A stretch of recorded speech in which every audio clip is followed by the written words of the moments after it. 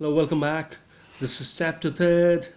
Two stories about flying, and we're discussing the first story from this, his first flight, written by Liam O. Flaherty. So today I'm going to explain page number 33 to you. So here we go. That was 24 hours ago. Since then, nobody had come near him. So all the things, all the events took place 24 hours ago. That is, the family leaving him occurred 24 hours ago. All that happened 24 hours ago, a day before.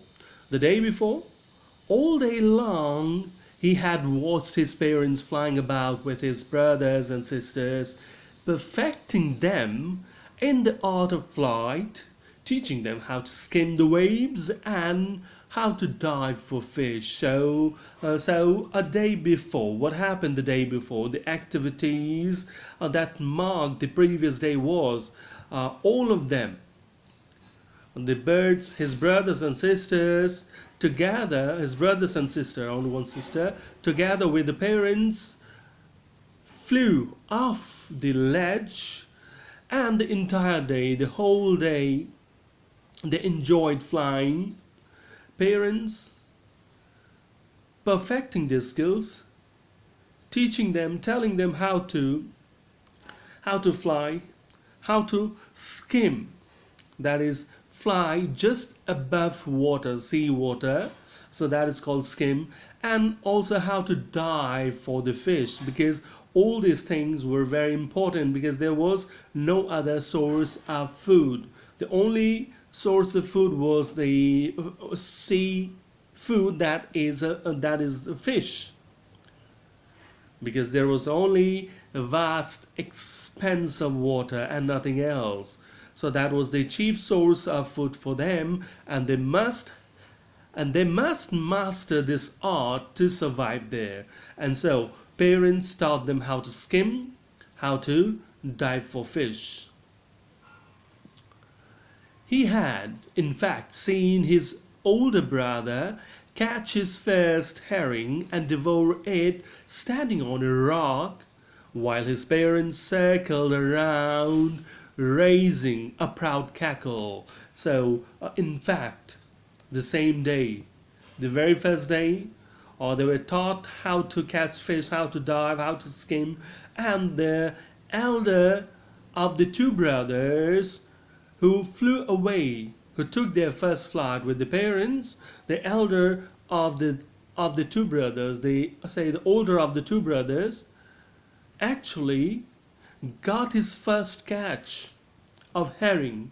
He took his first catch, that is, he got his first fish. He dived and caught his first fish, that was herring, and then he stood on a rock and devoured it. That is, he swallowed it, or say he had it, he took it, he ate it. While he was eating, while he was enjoying the food, his first catch, the parents were raising proud cackle, the parents were cheering him, the parents were giving him compliments because that was his first catch, and that suggested that he was capable of surviving on his own, that he could now find his own food. So that was a great achievement for a young bird, and that's why he was appreciated by the parents by raising a cackle that is cheering, shouting for him. And all the morning, the whole family had walked about on the big plateau midway down the opposite cliff, taunting him with his cowardice. And what did they do the entire morning? Entire morning, they walked down from the midway of the plateau of the cliff, and they took a plunge every time. That is, since it was the first flight, so they enjoyed it, and they took a lot of flight from the cliff. So that was also a way to taunt, taunt, you can say taunt the brother, or taunt the young seagull who was left there alone on the other ledge. The family had shifted onto the other ledge, the ledge on the opposite side of it. The sun was now ascending the sky, blazing on his ledge that faced the south. So it was morning, and the sun was ascending, means sun was rising. It was rising up in the sky and moving towards the westward direction. That is, slowly it was ascending, rising, going up and up in the sky, say in the sky or whatever you call it, blazing on his ledge, or that faced the south, and it was blazing. That was, the sun was blasting down the ledge, and it was too hot there. The ledge faced south. That is, the face of the ledge was southward direction. He felt the heat because he had not eaten since the previous nightfall. So what is important here? That is, the next day also they kept on teasing him, and what is said here, that since the last night he had not taken anything. That is, the previous day the family had left him, deserted him, and since that time only, since last evening, last night only, he hadn't taken anything, he hadn't eaten anything. So due to hunger, he was say weak, he felt weak, and the weakness made, or the weakness caused him feel the heat even in a greater way.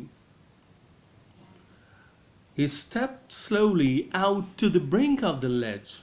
Now the seagull slowly moved onto the edge, onto the border of the ledge, and standing on one leg with the other leg hidden under his wing, he closed one eye. So what he did next, so since the family was on the other ledge and he had no option, he was very hungry as well. So what he did, he walked up to the edge, that is the border of, on the brink of the ledge. Then the next thing he did was he stood on one leg. The other leg was hidden under the wings, and then he closed his eyes. Then the other closed his eyes, and then the other, and pretended to be falling asleep, and then closed both the eyes and pretended, showed them that he was falling asleep. So falling asleep here means he was at the risk of falling down from the cliff and landing on the water. That means a short death for him. So this is all for now. Thank you.